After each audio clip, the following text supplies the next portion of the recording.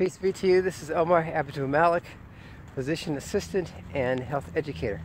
I am doing a series of videos for those of you guys who are planning on college soon.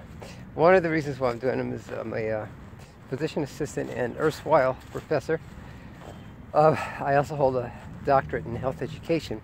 So I know a little something about educating people from an academic perspective and in life.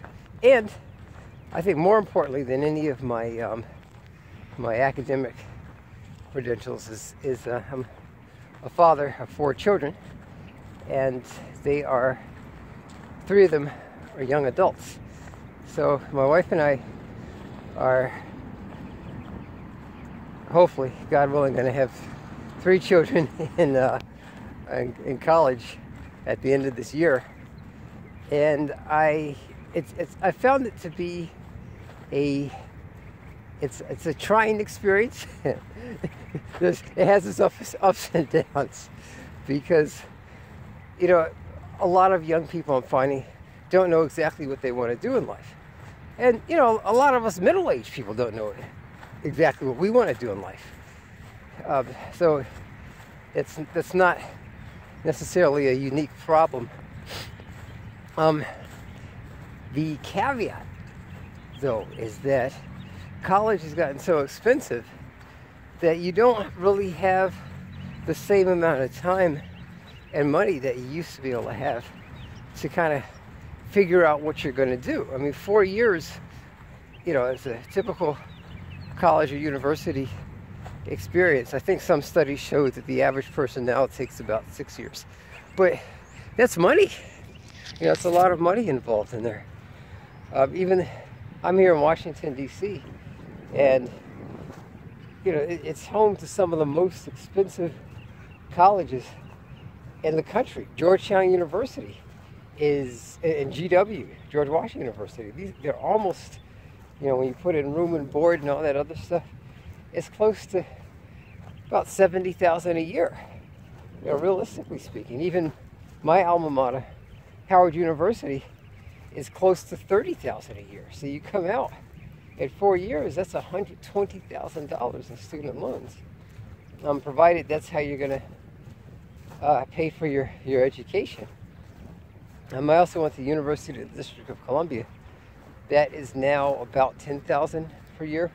So that's gone up. When I went there, it was $430 per semester for in-state residents.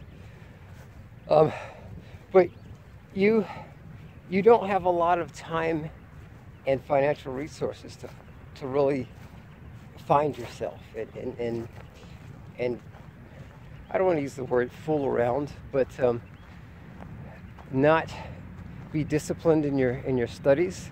So I'd ask yourself, as I've asked my children, do you really feel that you're college ready?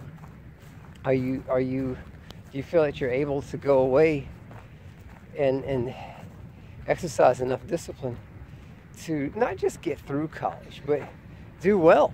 Anybody can kind of get through. I mean, a lot of professors engage in grade inflation, so they'll give you grades. I had students begging for me to just give them points just so they could get over. And some professors will do that, and classes are easier than others. But you can get through college with a 2.0. You really don't want to do that. You want to do as best you can. If you have plans on grad school, you do like me with becoming a physician assistant or going on to law school or doing your doctorate, you need to have at least a 3.0.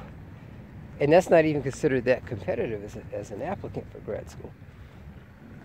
So higher, 3.5 if you're talking about PA school and things like that, and med school. So it takes a lot of self-discipline, and I think that is one of the challenges with young people leaving for college, because it's the first time. It may be the first time for a lot of you guys. The first time you're away from home, so your parents aren't there to get on your case. You could stay out as late as you want without anybody questioning you. Where were you? Who was that person you were hanging out with? Let me show you. Have you been smoking? You know, you're considered an adult once you leave for college, and it's you know, if you're not careful, you could treat it like a 4-year camp for adults, for young adults. You know, where you're encouraged to party. You know, you see these movies, and the college kids are all, you know, they're pledging and they're having these parties, and somehow they still make it through college, which I couldn't do. I was never a party guy. I was a pre-med student, biology / pre-med. But you can get caught up in the other stuff that can distract from your mission of why you're trying to go to college. You want to have a well-rounded experience while you're in college. You know, learn about different people.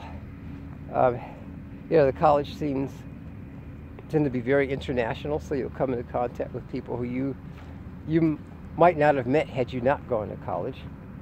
In some cases, different ideologies, different political ideologies, religious ideologies, and that's a good thing because it can make you a better rounded, more worldly person. You don't necessarily need college for that, but if you decide to go, that's you'll be exposed to a lot of it. But just ask yourself if you're college ready. Say, is college really for me? If you're still wondering about that, if you're still wondering if you're able to do the type of work that's required of you, you can do things like go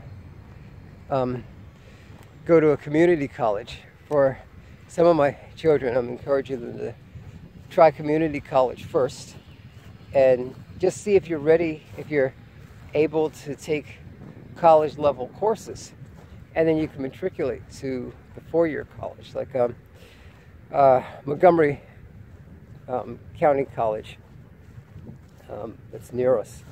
They have a program where you can do your 2-year associates and you can matriculate into one of the Maryland universities, like University of Maryland, as a junior. And UDC, University of the District of Columbia's got similar things also. So that's an option as well. And community colleges tend to be markedly less expensive than the 4-year colleges. But you know, I hope it works for you guys. You know, college for me was a lot of fun.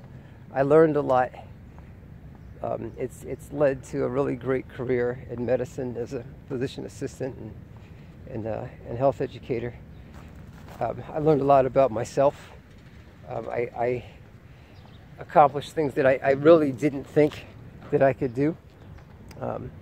I had a lot of issues with sitting down and making myself study for hours at a time, which you have to do. You have to put in the time. Like here, I just finished a workout. It's hard. I'm not in the same shape as I was, you know, 30, 20, or even 10 years ago. But I'm trying to get it back. But yeah, please check out my other videos. I'm going to do some videos and just trying to discipline your time, get your time together, and yeah, just living college life. All right, so if you're interested in becoming a physician assistant or anything else in the allied health in particular, please consider subscribing to my channel. Please, if you're interested in going to medical school, check out Dr. Andre Pineset, the study doc. He's got a great system, a great program for those of you guys that are trying to get into medical school. And I will see you all. I'll answer your questions to the best of my ability in the comment section. Take care. Peace.